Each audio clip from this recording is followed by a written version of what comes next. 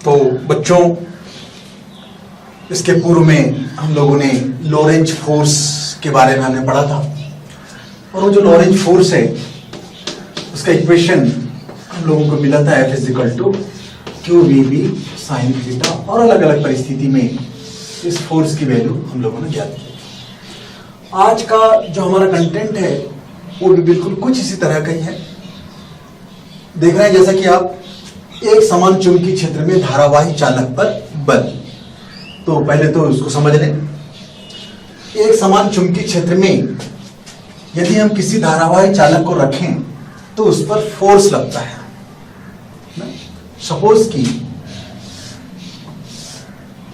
एक समान चुंबकीय क्षेत्र है और इस चुंबकीय क्षेत्र में कोई आवेशित चालक, और आवेशित चालक है यहां पर, ये एक चालक है, धारावाही चालक, धारावाही चालक है, मतलब उसमें कोई विद्युत धारा प्रवाहित हो रही है।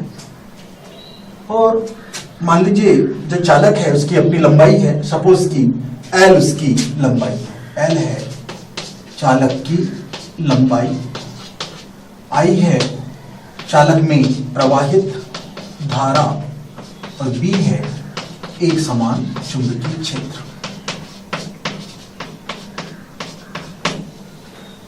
किस प्रकार से हम बहा रहे हैं धारा को?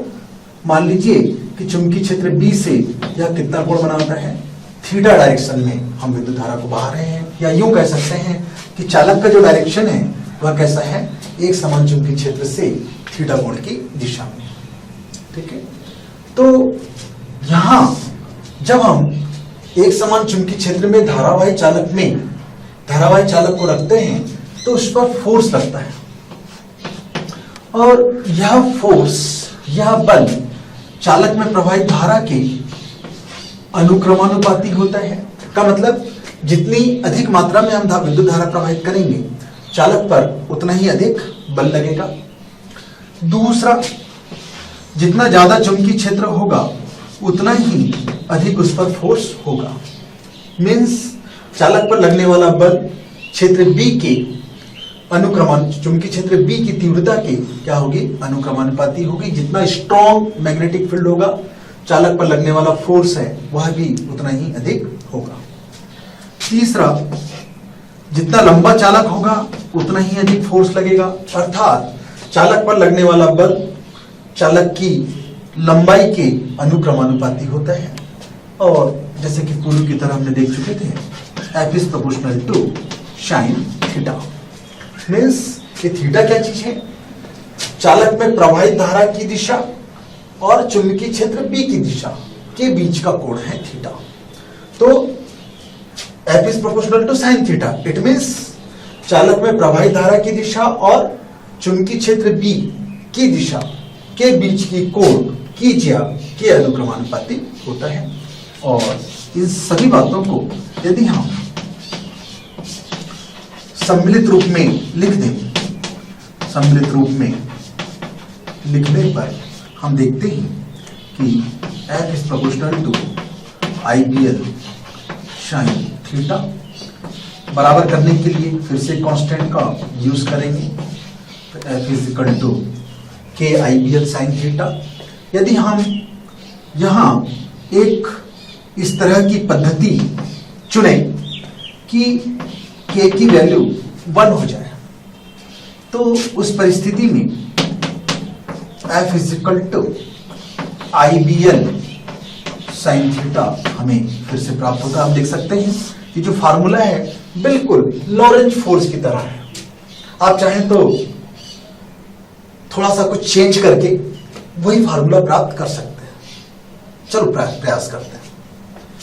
आप देखते हैं धारा = आवेश बटे समय। धारा = आवेश बटे समय, चालक तार में प्रवाहित आवेश बटे समय। B तो जैसा कहते हैं समय, और ये एक प्रकार का L किसके संगत है, डिस्टेंस के संगत है। और डिस्टेंस = स्पीड इंटू टाइम, वेग इंटू समय। साइन थीटा जैसे का वैसे। तो देखिएगा इस T से एक T कैंसिल हो जाएगा, तो F इज इक्वल टू आप देख सकते हैं Q V B sine theta प्राप्त हो जाएगा। ठीक है ना। तो ये जो Q V B sine theta है बिल्कुल लॉरेंस फोर्स की तरह है। मैं यूं कहूं कि ये जो फार्मूला है और ये जो फार्मूला है लगभग एक ही बात को प्रदर्शित करता है, और उसी तर्ज पर हम इसकी भी तैयारी कर सकते हैं। ठीक, तो हमने आपको समझाने के लिए कुछ बातें आप लोगों को बताई। अब आप देखिए फिर से यही फोर्स जो है किन किन बातों पर निर्भर करेगा, थीटा पर निर्भर करेगा। यदि थीटा कैसा हो, मान लीजिए कि 0 हो। पहली परिस्थिति क्रमांक 1,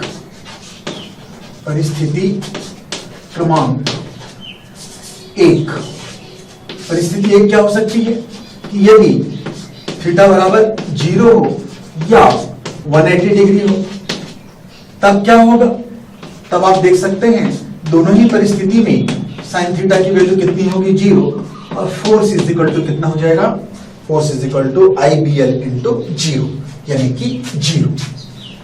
फोर्स इज इक्वल टू मिल जाएगा 0 का मतलब यदि चालक तार कैसा हो, क्षेत्र B के समानांतर हो, विद्युत धारा क्षेत्र B की दिशा में प्रवाहित हो रही हो, तो इस परिस्थिति में कितना लेंगे, थीटा इज इक्वल टू 0, या अपोजिट डायरेक्शन में प्रवाहित हो तो थीटा इज इक्वल टू हम कितना ले लेंगे 180 डिग्री। इन दोनों ही परिस्थितियों में हम देखेंगे चालक पर कोई फोर्स काम नहीं करेगा, चालक पर लगने वाले बल का मान कितना हो जाएगा, 0 हो जाएगा। ठीक है। दूसरी परिस्थिति क्या बनेगी, दूसरी परिस्थिति बनेगी कि जब यही चालक कैसा हो, क्षेत्र के लंबवत, यानी कि theta is equal to 90 degree होगा। It imply sine theta is equal to sine 90 यानी कि 1, और उस परिस्थिति में F की जो वैल्यू मिलेगी वो कितनी मिलेगी, IBL। और ये जो IBL आपको प्राप्त हो रहा है यह कैसा फोर्स है, मैक्सिमम फोर्स है, अधिकतम बल है। तो यदि कोई धारावाही चालक चुंबकीय क्षेत्र में क्षेत्र के लंबवत रखा हो, ये बहुत काम की चीज है, क्योंकि इसके बाद की जितनी फिजिक्स है लगभग इन्हीं फार्मूलों पर आधारित है, इसलिए आप लोग इसे ध्यान से समझेंगे। राइट। तो ये जो फोर्स मिल रहा है अधिकतम कब मिलता है, जब धारावाही चालक तार कैसा हो, चुंबकीय क्षेत्र B के परपेंडिकुलर डायरेक्शन में हो, अभिलंबवत दिशा में हो, उस स्थिति में लगने वाले बल का मान कैसा होगा, अधिकतम। और जब चालक तार कैसा हो, क्षेत्र की दिशा में हो, धारावाही चालक तार कैसा हो, क्षेत्र की दिशा में हो, अर्थात उसमें प्रवाहित धारा या तो क्षेत्र की दिशा में प्रवाहित हो रहा हो या क्षेत्र की विपरीत दिशा में प्रवाहित हो रहा हो, तो उस पर लगने वाले बल का मान कितना होगा, 0 होता है, उस पर कोई फोर्स काम नहीं करता। तो ये बहुत ही इंपॉर्टेंट रिजल्ट है, और इसी के आधार पर हम कुछ महत्वपूर्ण जो बातें हैं अभी डेरिवेशंस देखेंगे एक के बाद एक, इन सभी का एक के बाद एक जो है हम यूज करेंगे। Right, okay. नेक्स्ट पार्ट हम देखते हैं दो समानांतर धारावाही चालकों के बीच लगने वाला फोर्स। चलिए हम इसी काम को आगे बढ़ाएं, और हमारा जो नेक्स्ट आर्टिकल होता है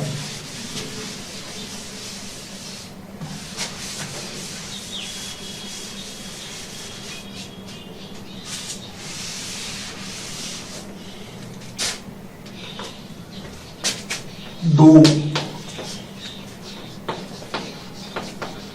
समांतर धारावाही चालकों के मध्य बल का व्यंजक, और इसी आधार पर हम विद्युत धारा का जो मात्रक है यानी कि एम्पियर की परिभाषा भी हम देंगे। तो हेडिंग बनी हमारी दो समानांतर धारावाही चालकों के मध्य बल। ठीक है, दो समानांतर धारावाही चालक तार ले लें तो उसके बीच जो है फोर्स काम करता है। तो फोर्स क्यों काम करता है और कितना फोर्स काम करता है, उसका डायरेक्शन क्या होना चाहिए, इन सभी बातों को क्रमबद्ध तरीके से यहां पर हम देखेंगे। सोचिए, सबसे पहले तो हमें दो समानांतर धारावाही चालक तार लेने होंगे। मान लो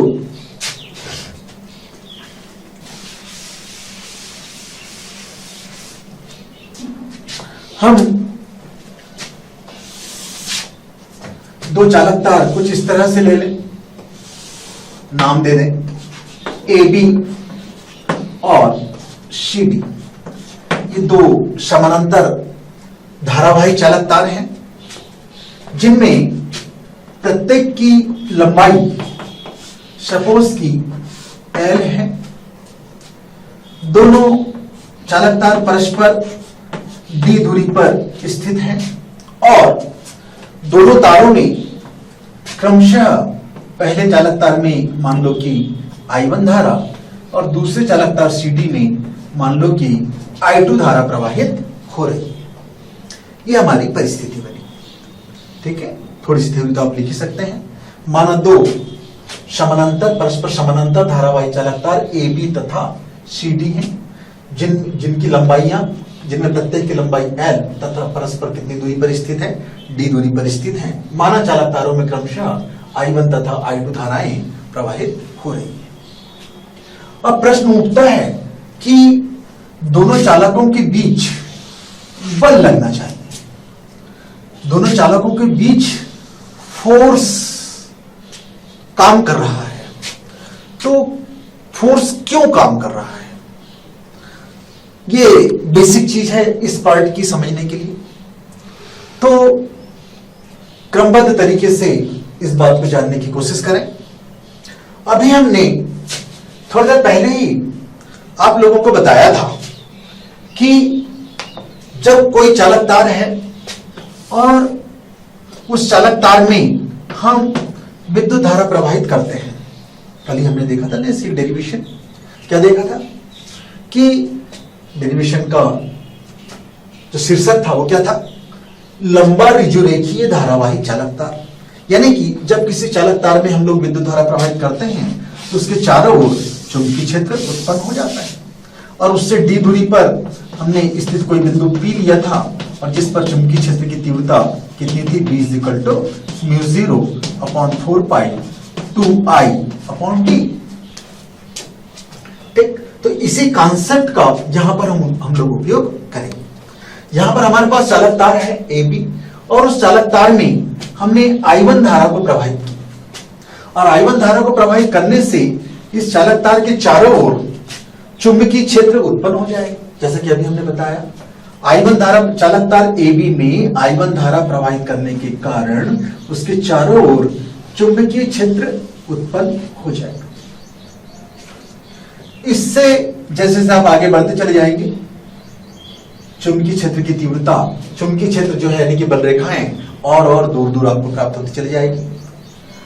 कल ही हमने देखा था कि d दूरी पर चुंबकीय क्षेत्र की तीव्रता कितनी हो जाती है, B = μ0/4π 2I/d। यहां पर भी इस चालक तार से ये जो दूसरा चालक तार है, दूसरा चालक तार कौन है, CD। तो यहां से d दूरी पर यानी कि इस बिंदु पर चुंबकीय क्षेत्र की तीव्रता कितनी हो जाएगी, μ0/4π 2I के बदले लिखेंगे I1/d। क्या चालक तार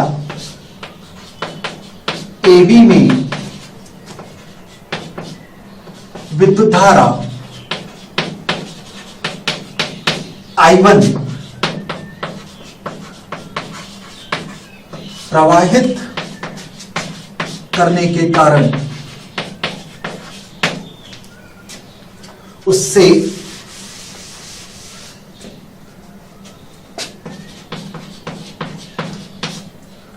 d दूरी पर चुंबकीय क्षेत्र की तीव्रता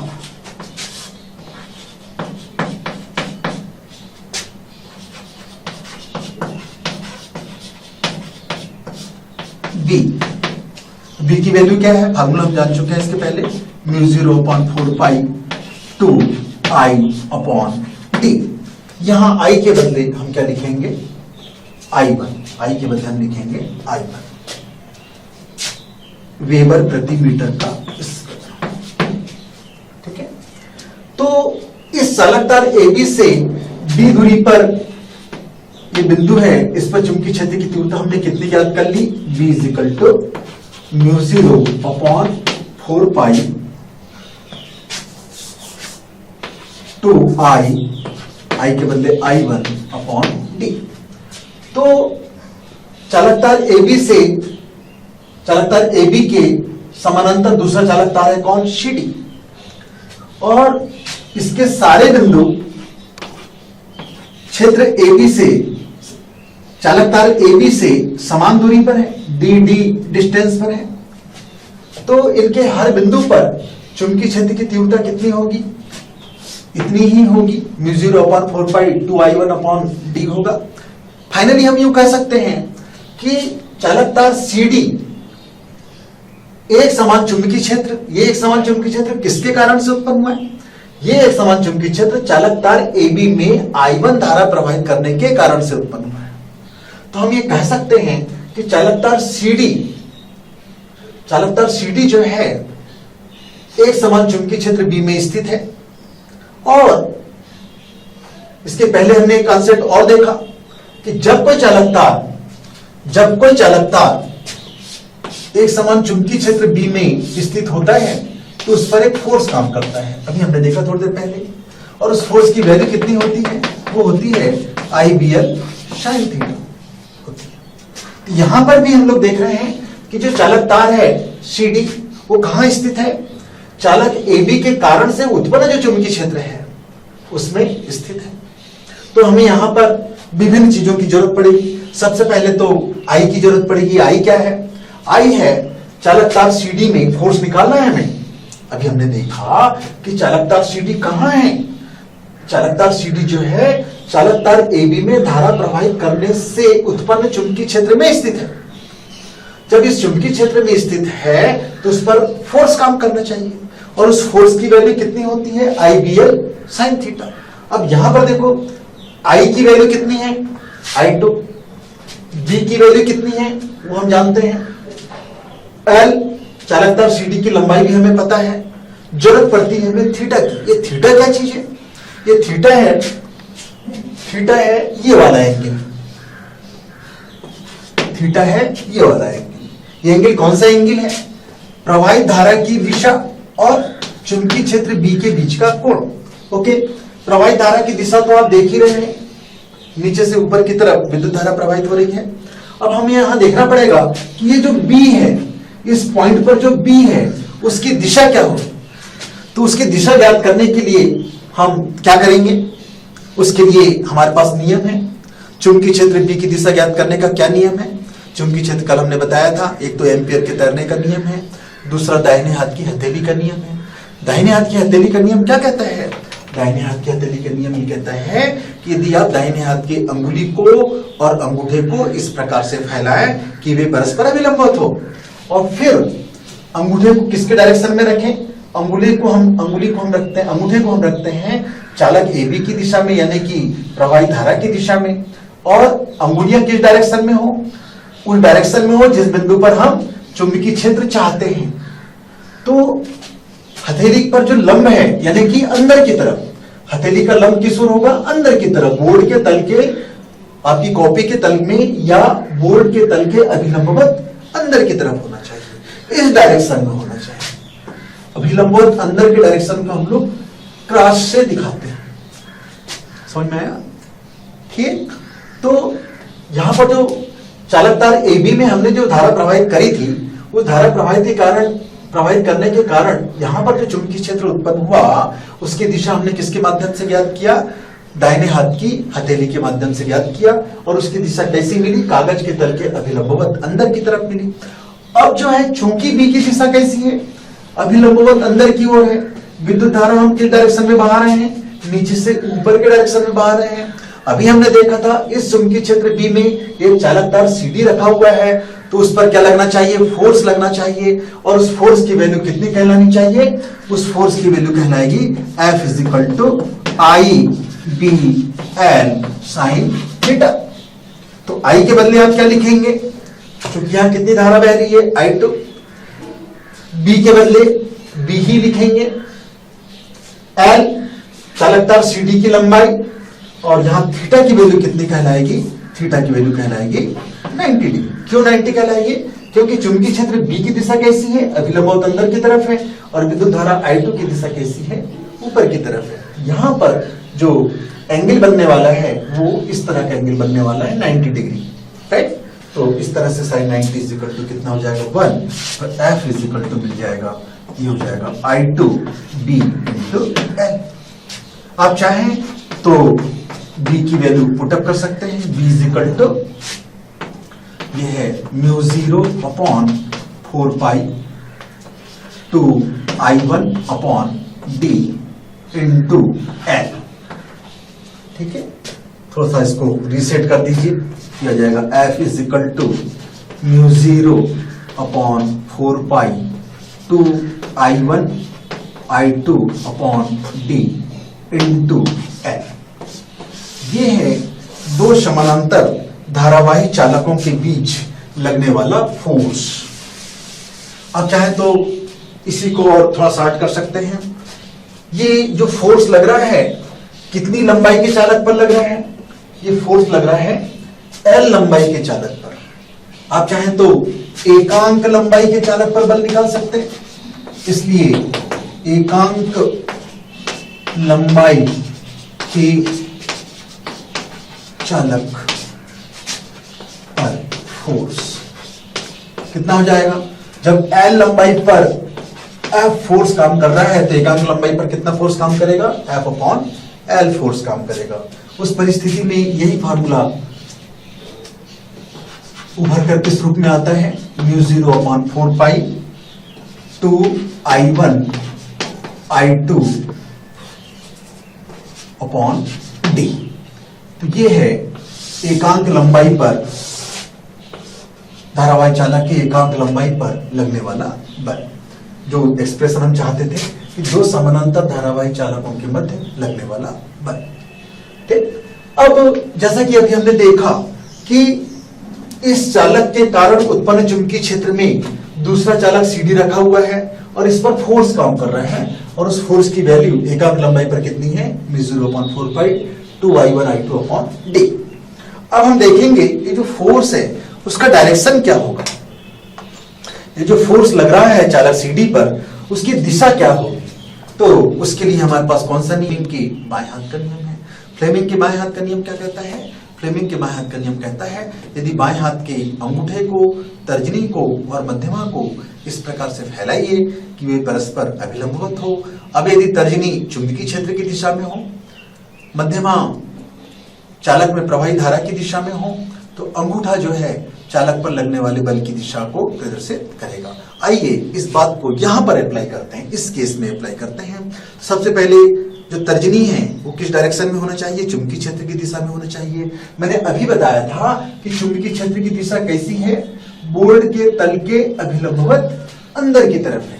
तो जो तर्जनी है वो किस ओर जाना चाहिए? जो तर्जनी है वो किस ओर जाना चाहिए? बोर्ड के तल के अभिलंबवत अंदर की तरफ जाना चाहिए। ये जो धारा है वो किस दिशा में प्रवाहित होना चाहिए? मध्यमा की दिशा में। मध्यमा की डायरेक्शन में हो, प्रवाहित धारा की दिशा में हो। तो अंगूठा किस डायरेक्शन में जा रहा है? अंगूठा जो है इस डायरेक्शन में जा रहा है। अंगूठा जो है वो इस डायरेक्शन में जा रहा है। और अंगूठा किस बात को प्रदर्शित करता है? अंगूठा जो है इस चालक पर लगने वाले बल को प्रदर्शित करता है। इस प्रकार से हम देखते हैं कि ऐसा लग रहा है कि चालक AB ने क्या किया? चालक CD को अपनी ओर आकर्षित कर रहा है। फाइनली हम ये कह सकते हैं कि जब दोनों चालकों में विद्युत धारा कैसी बह रही हो, दोनों चालकों में विद्युत धारा एक ही दिशा में प्रवाहित हो रहा हो, तो दोनों चालकों के बीच क्या लगेगा? बल लगेगा। प्रैक्टिकली हम देखते हैं कि मान लीजिए दो चालक, इसी बात को हम रिपीट कर रहे हैं। मान लीजिए कि दो चालक है, एक चालक है AB, दूसरा चालक है CD, और इनमें हम विद्युत धारा प्रवाहित करें। दोनों विद्युत धारा, यहाँ पर भी I1 धारा, इसमें I2 धारा, दोनों कैसी है? एक ही दिशा में प्रवाहित करें। तो यहाँ पर निश्चित रूप से जो बैटरी का धन सिरा है वो नीचे की तरफ होगा, ऋण सिरा ऊपर की तरफ होगा, कुछ इस तरह से। वैसे यहाँ पर भी धन सिरा नीचे की तरफ, ऋण सिरा ऊपर की ओर होना चाहिए।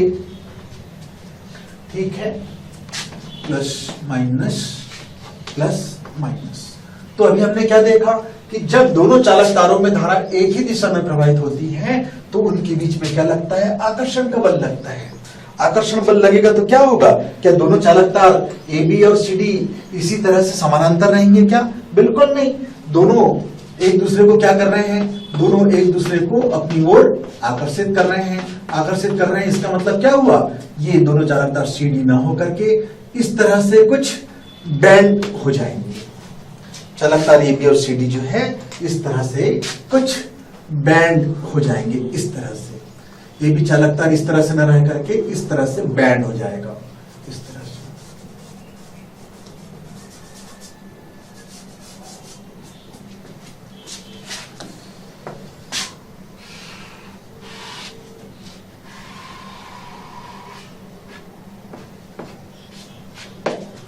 ठीक है, तो ऐसा लग रहा है कि दोनों चालक तार एक दूसरे को आकर्षित कर रहे हैं और आकर्षित करते दोस्त एक दूसरे को अपनी अपनी ओर खींचेंगे तो क्या होगा, दोनों तार एक दूसरे को अपनी अपनी ओर खींचेंगे तो क्या होगा, इस तरह से दोनों तार क्या हो जाएंगे, बैंड हो जाएंगे। इसका उल्टा काम करो, यहां पर दोनों धाराएं कैसी बह रही है, समान दिशा में बह रही है, आकर्षित कर रही है।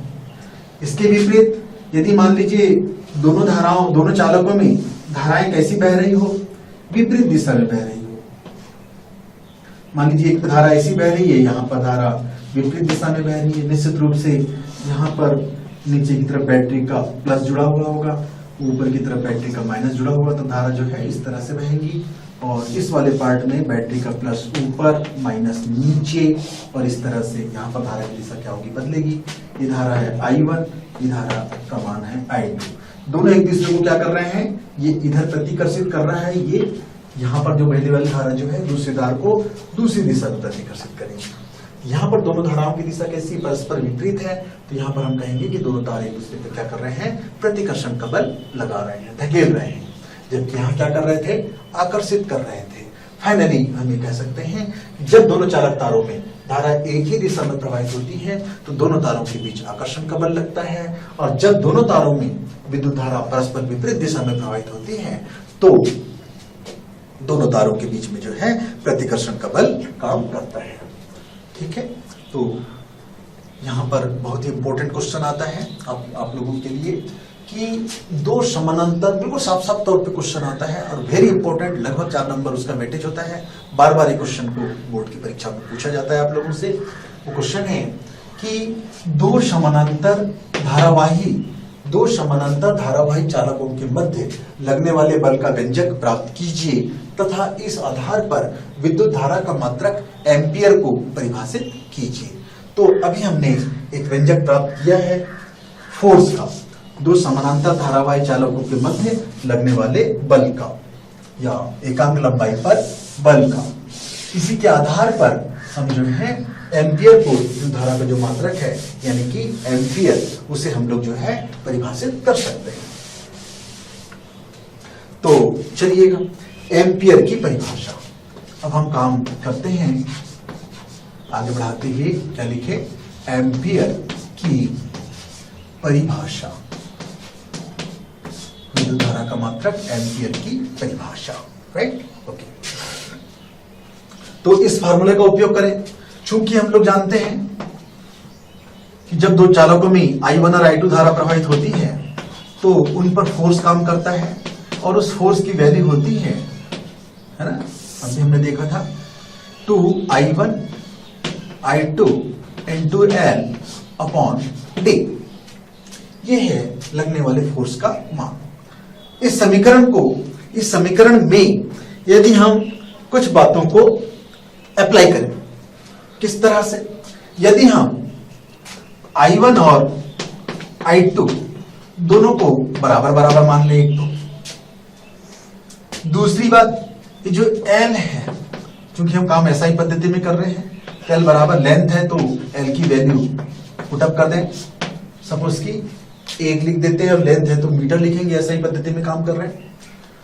D is equal to B, हम 1 ही रख दें, 1 मीटर रख दें, और F की ऐसी वैल्यू यहां रखें ताकि ये 2 और μ0/4 पाई, 2 और μ0/4 पाई, ये दोनों मान क्या हो जाए, कैंसिल हो जाए, कट जाए, तो उसके लिए हमें कितना रखना पड़ेगा एफ की वैल्यू 2 इंटू 10⁻⁻7, और चूंकि फोर्स है तो इतना न्यूटन यहां पर रखना पड़ेगा। मान रखने पर कितना मिल जाएगा, देखो एफ की वैल्यू 2 इंटू 10⁻⁻7, μ0/4 का मान 10⁻⁻7 इंटू 2 इंटू I1 और I2, I1 के लिए भी I2 के लिए भी I, L की वैल्यू 1 अपॉन D की वैल्यू 1, राइट। तो ये सारी वैल्यूज जो हैं आपस में कट जाएंगी और इस प्रकार से I² बराबर हमें मिलेगा 1 और या I बराबर ±1। ऐसा ही पद्धति में इसलिए हम क्या कर सकते हैं, 1 एम्पियर। ध्यान रखिए ये जो फार्मूला है वायु या निर्वात के लिए है, जो फार्मूला किसके लिए है, वायु या निर्वात के लिए है, ठीक है। वायु निर्वात का क्या मतलब है कि जब दोनों चालकों के बीच में कौन हो, कैसा माध्यम हो, वायु हो अथवा निर्वात हो, उसके लिए ये सारी बातें यहां पर लागू।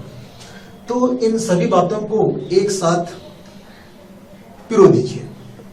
कौन कौन सी बातें आनी चाहिए कि जब दो चालक तार लेना पड़ेगा, दोनों चालक तार कहाँ लेने पड़ेंगे, हवाई निर्वात में लेने पड़ेंगे, है ना। दोनों में समान धाराएं प्रवाहित होनी चाहिए और एक ही दिशा में है तो जो बल बोलेंगे प्रतिकर्षण बोलेंगे, अपोजिट डायरेक्शन में हो तो इस बल को क्या बोलेंगे, है ना।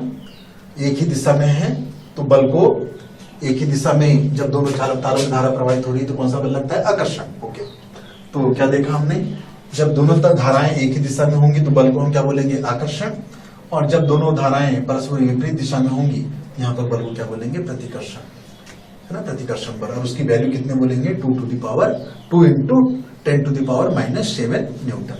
तो इनको पूरी बातों को देख करके फिर से एक परिभाषा आप रच सकते हैं। ओके, तो वायु या निर्वात में स्थित, वायु या निर्वात में स्थित 1 मीटर लंबे तथा 1 मीटर लंबे तथा 1 मीटर की दूरी पर स्थित दो समानांतर धारावाही चालक तार जिनमें समान प्रबलता की धारा एक ही दिशा में प्रवाहित हो रही हो और उनके बीच लगने वाले आकर्षण बल का मान 2 इंटू 10⁻⁻7 न्यूटन हो, तो उन तारों में प्रवाहित धारा को हम लोग कहते हैं 1 एम्पियर की विद्युत धारा। ठीक है, तो इस तरह से हमने 1 एम्पियर को परिभाषित किया। फिर से रिपीट कर देते हैं, 1 एम्पियर को परिभाषित कर देते हैं। ठीक है, तो जब वायु या निर्वात में स्थित, वायु या निर्वात में स्थित 1 मीटर लंबे तथा 1 मीटर की दूरी पर स्थित दो समानांतर धारावाही चालक तार, दो समानांतर धारावाही चालक तार जिनमें समान प्रबलता की धारा, जिनमें समान प्रबलता की धारा एक ही दिशा में प्रवाहित हो रहा हो और यदि उनके बीच लगने वाले आकर्षण बल का मान 2 × 10⁻⁻7 न्यूटन हो, तो उन चालक तारों में प्रवाहित धारा 1 एम्पियर की विद्युत धारा कहलाती है। राइट, तो इस तरह से हमने देखा दो समानांतर धारावाही चालकों के मध्य लगने वाला बल और इस आधार पर एम्पियर की परिभाषा। तो बहुत ही इंपॉर्टेंट ये जो पार्ट है आपको 4 नंबर का 5 नंबर का पूछता है, बहुत ही स्पष्ट है। दो समानांतर धारावाही चालकों के मध्य लगने वाला बल और एम्पियर की परिभाषा, बिल्कुल भी कंफ्यूज होने की जरूरत नहीं है। चलिए अब हम नेक्स्ट पड़ाव की तरफ कदम बढ़ाते हैं। हमारा अगला आर्टिकल होगा एक समान चुंबकीय क्षेत्र में स्थित धारावाही कुंडली पर बलयुग्म का आघूर्ण। समझ में आ गया सबको? ठीक।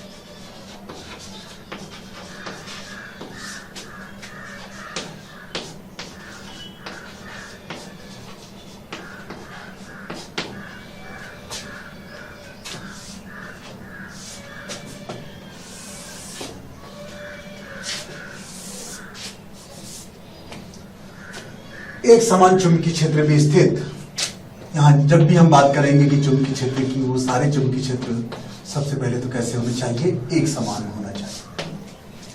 तो एक समान चुंबकीय क्षेत्र में स्थित धारावाही कुंडली पर बलयुग्म, और जब बलयुग्म लगेगा तो हम उसका आघूर्ण भी ज्ञात कर सकते हैं।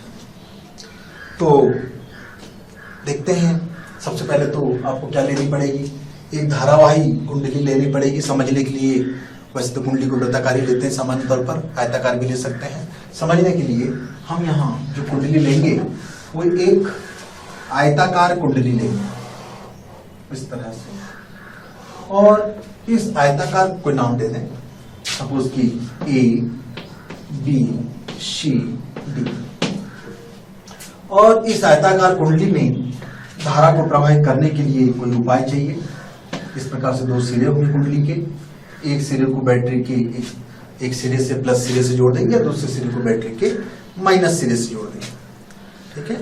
और ऐसा करने से यहाँ पर विद्युत धारा इस तरह से प्रवाहित होने लगेगी,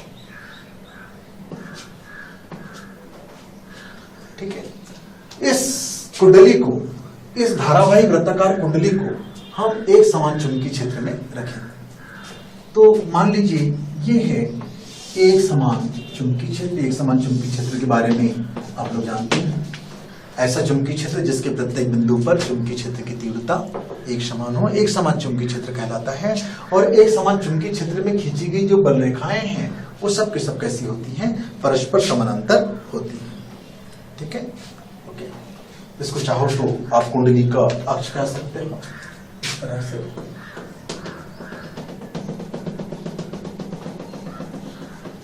ये है कुंडली का अक्ष, ठीक। ओके, तो प्रश्न ये है कि जब हम एक समान चुंबकीय क्षेत्र में धारावाही कुंडली को रखें तो उस पर बलयुग्म लग भी रहा है कि नहीं, चलो इस बात का पता लगा। ओके, इसके लिए हम कुछ पिछली बातों को आपको याद दिलाना चाहते हैं।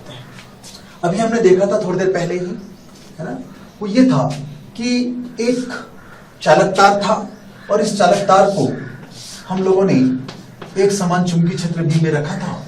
तो उस पर एक फोर्स काम कर रहा था और उस फोर्स की वैल्यू कितनी थी, IBL sin थीटा, ठीक है। और इसी में यदि थीटा की वैल्यू 0 थी तो फोर्स की वैल्यू कितनी हो गई थी, 0। और ये पहली परिस्थिति थी। और दूसरी परिस्थिति क्या थी, यदि थीटा इज इक्वल टू कितना हो, 90 डिग्री हो, तो साइन 90 का मान 1 और फोर्स की वैल्यू आ गई थी IBL, ठीक है। और ये जो IBL फोर्स आया था ये मैक्सिमम फोर्स था। ये दो कॉन्सेप्ट को लेकर के हम यहाँ पर आगे का काम पढ़ाएंगे। आप देखिएगा भुजा BC को देखिए, पहले तो भुजा BC को देखिए। ये जो भुजा BC है, ये जो भुजा BC है, ये कैसा है, बिल्कुल क्षेत्र के समानांतर है। और जब क्षेत्र के समानांतर है तो इस पर कितना फोर्स काम करेगा, थीटा इज इक्वल टू 0 होगा। BC भुजा के लिए थीटा का मान कितना कहलाएगा, 0। और जब थीटा इज इक्वल टू 0 होगा तो फोर्स कितना होगा, 0। वैसे ही इस पार्ट में देखिए AD भुजा को देखो, AD भुजा भी कैसी है, क्षेत्र B के समानांतर है। AD भुजा भी कैसी है, क्षेत्र B के समानांतर है। और जब क्षेत्र के समानांतर है और धारा की दिशा कैसी हो रही है, क्षेत्र B के विपरीत दिशा में, यानी यहां पर थीटा इज इक्वल टू 0 कहलाएगा और यहां पर थीटा इज इक्वल टू कितना कहलाएगा, 180 डिग्री कहलाएगा। तो दोनों ही परिस्थितियों में चाहे थीटा इज इक्वल टू 0 हो या theta is equal to 180 degree हो, तो दोनों ही स्थिति में फोर्स कितना लगेगा, 0 लगेगा। तो इस कॉन्सेप्ट को वहां अप्लाई करने पर हम देख सकते हैं कि कुंडली, आयताकार कुंडली है ना, आयताकार कुंडली की भुजा BC और आयताकार कुंडली की भुजा AD पर जो है कोई फोर्स काम नहीं करेगा, यानी कि इन भुजाओं पर लगने वाले बल का मान कितना होगा, 0 होगा, राइट। दूसरी परिस्थिति हम क्या देख रहे हैं कि जब थीटा बराबर क्या हो, 90 हो, तो चालक पर लगने वाले बल का मान अधिकतम होता है। वहां आइएगा, इस भुजा AB को देखो, भुजा AB और भुजा CD।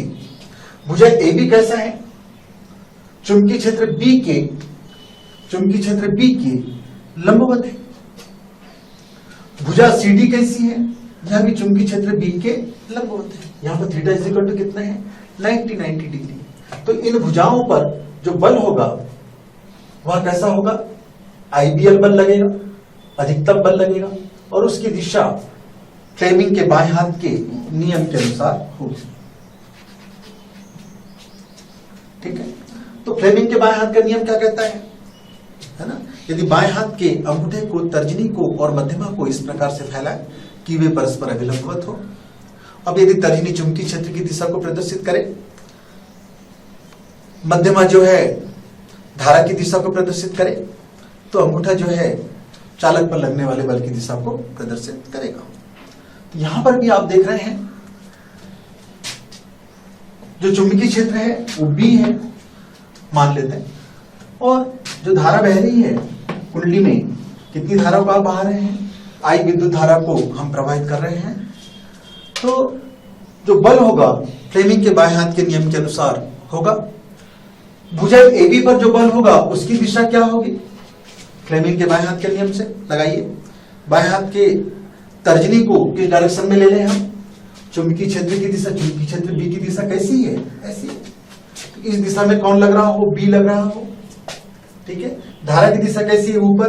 तो आप इसे घुमा करके इस तरह से ये जो मध्यमाएं हैं उसको हम क्या कर ले? ऊपर के डायरेक्शन में रखें। तो जो अंगूठा होगा वो कहां जाएगा? बोर्ड के तल के अभिलंबवत अंदर की ओर होगा। राइट, यहां पर जो बल की दिशा होगी वो कैसी होगी? एक तो अधिकतम होगी, कितनी होगी? IBL होगी, और उसकी दिशा कैसी होगी? बोर्ड के तल के अभिलंबवत अंदर की तरफ होगी बल की दिशा। ठीक है, ठीक इसी प्रकार इस भुजा CD पर देखो, इस भुजा CD पर फिर से फ्लेमिंग के बाएं हाथ के नियम के अनुसार फिर से अंगुली की दिशा, तर्जनी की दिशा कैसी होनी चाहिए? चुंबकीय क्षेत्र B की दिशा होनी चाहिए। मध्यमा की दिशा कैसी होनी चाहिए?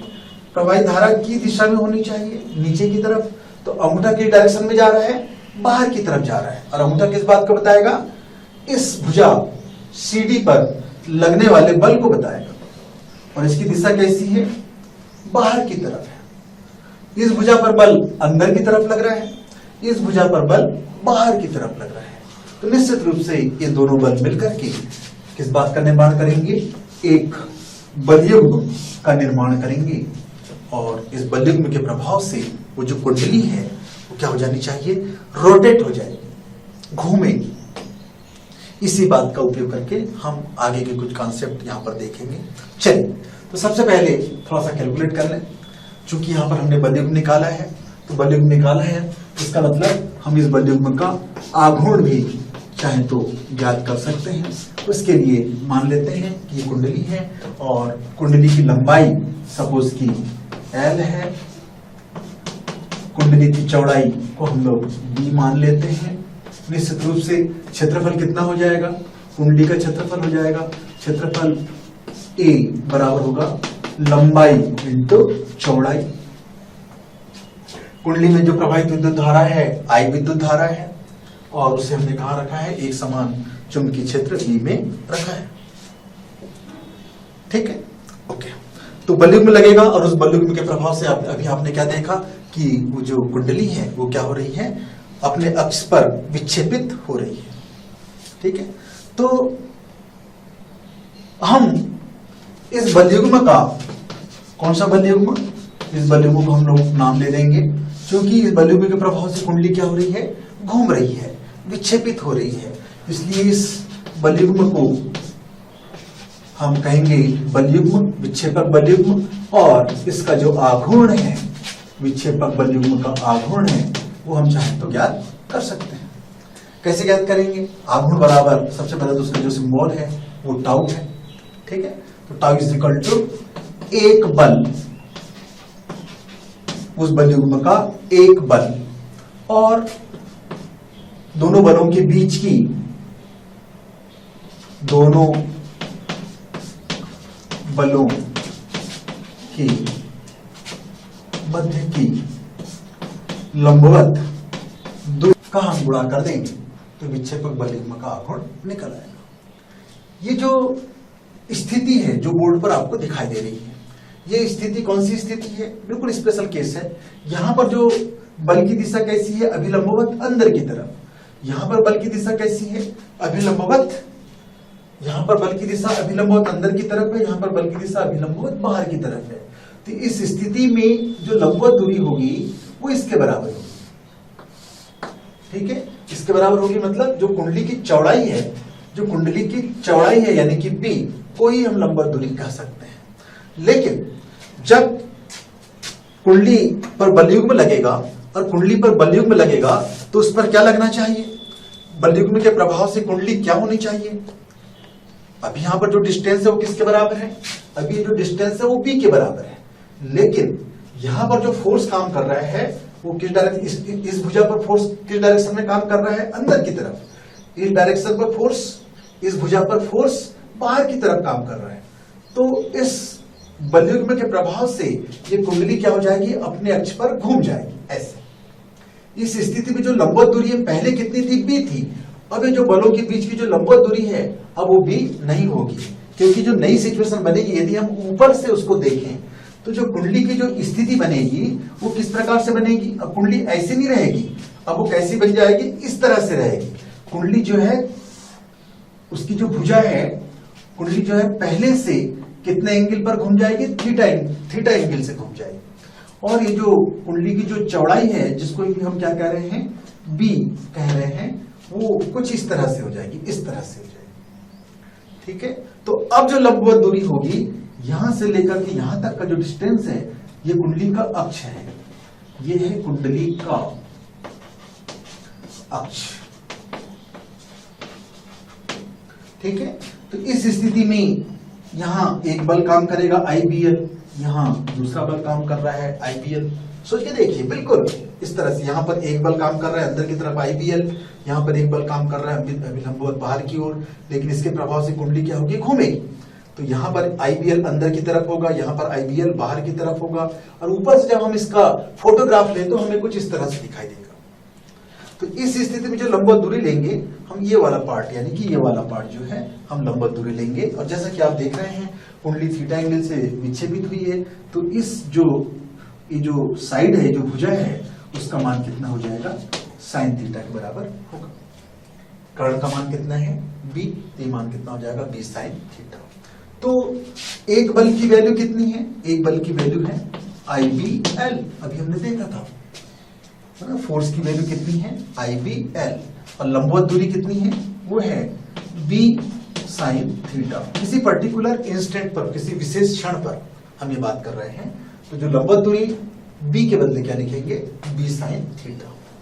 फिर से अभी आप देख रहे थे लंबाई इंटू चौड़ाई बराबर क्षेत्रफल कुंडली का, चूंकि तो इस मान को यहां पुटअप कर दें तो टाउ बराबर कितना हो जाएगा? IBL इंटू B लिख सकते हैं A साइन थीटा। तो साइन थीटा ये है कुंडली के एक फेरे, जब कुंडली में कितना फेरा हो?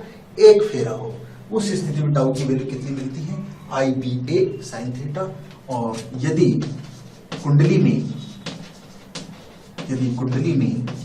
फेरों की संख्या, यदि कुंडली में फेरों की संख्या n हो तो फिर से टाउ बराबर हम लिख सकते हैं सीधे इसमें n से क्या कर देंगे? मल्टीप्लाई कर देंगे। तो I into B into A into sine theta में हम क्या करेंगे? n का मल्टीप्लाई कर देंगे, गुणा कर देंगे। तो इस तरह से जो आघूर्ण है, जो बलयुग्म का आघूर्ण है, उसकी वैल्यू जो है हमें प्राप्त हो जाती है। ठीक है, तो tau is equal to NIBA into sine theta.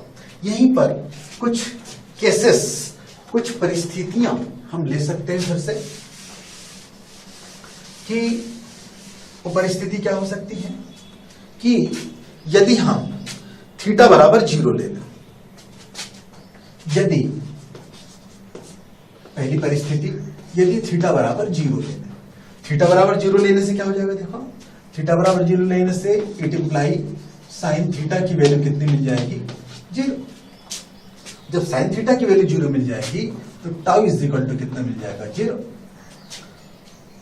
दूसरी परिस्थिति क्या बनी? यदि थीटा बराबर 90 डिग्री हो, थीटा बराबर 90 डिग्री हो, उस स्थिति में साइन थीटा कितना हो जाएगा, ये हो जाएगा साइन 90 डिग्री, और साइन 90 का मान कितना होता है 1।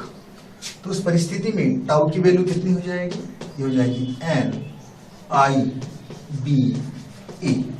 और ये जो आघूर्ण आपको मिलता है, क्योंकि साइन थीटा का ये एक अधिकतम मान है, तो टाउ को भी हम लोग कहेंगे, ये कहेंगे मैक्सिमम वैल्यू।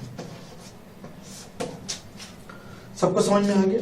तो अभी हमने देखा कि जब थीटा बराबर 0, थीटा बराबर 0 की मीनिंग क्या है कि जब कुंडली के तल पर अभिलंब, जब कुंडली के तल पर अभिलंब क्षेत्र के समानांतर हो। थीटा बराबर 0 की मीनिंग क्या है, थीटा बराबर 0 की मीनिंग क्या है, जब कुंडली कैसी हो, अभी आप देख रहे हो बी की दिशा ऐसी है, और कुंडली कैसी हो, कुंडली को आपने कुछ इस तरह से रखा। सोचिए, इमेजिन कीजिए, कुंडली बी की दिशा इस डायरेक्शन में है, बी की दिशा इस डायरेक्शन में है, और ये कुंडली है, ठीक है, ये कुंडली है, कुंडली ये है, आयताकार कुंडली ये है। तो कुंडली का ये तल हुआ, कुंडली का तल कैसा है, कुंडली का तल चुंबकीय क्षेत्र के लंबवत है। यह कुंडली के तल का अभिलंब कैसे कहलाएगा, क्षेत्र के समानांतर कहलाएगा, यानी कि थीटा बराबर 0 कहलाएगा। उस स्थिति में टाउ की वैल्यू कितनी है 0। उस स्थिति में टाउ की वैल्यू कितनी है, यानी कि इस परिस्थिति बी का डायरेक्शन ऐसे है और कुंडली का तल ऐसा है, उस परिस्थिति में टाउ की वैल्यू, टाउ मीन्स बलयुग्म का आघूर्ण कितना होगा 0 होगा। लेकिन इसके विपरीत यदि हम क्या करें, कुंडली के तल को पूरी तरह से समानांतर ला लें, कुंडली के तल को हम पूरी तरह से समानांतर ला लें, उस परिस्थिति में लगने वाले बलयुग्म का जो आघूर्ण, कुंडली का तल समानांतर होगा तो सतह के क्षेत्र पर अभिलंब कैसे हो जाएगा, सतह पर अभिलंब कैसे हो जाएगा, चुंबकीय क्षेत्र बी के लंबवत हो जाएगा, यानी कि थीटा बराबर 90 हो जाएगा। उस स्थिति में टाउ की वैल्यू कैसी होगी, NIB इंटू A होगा।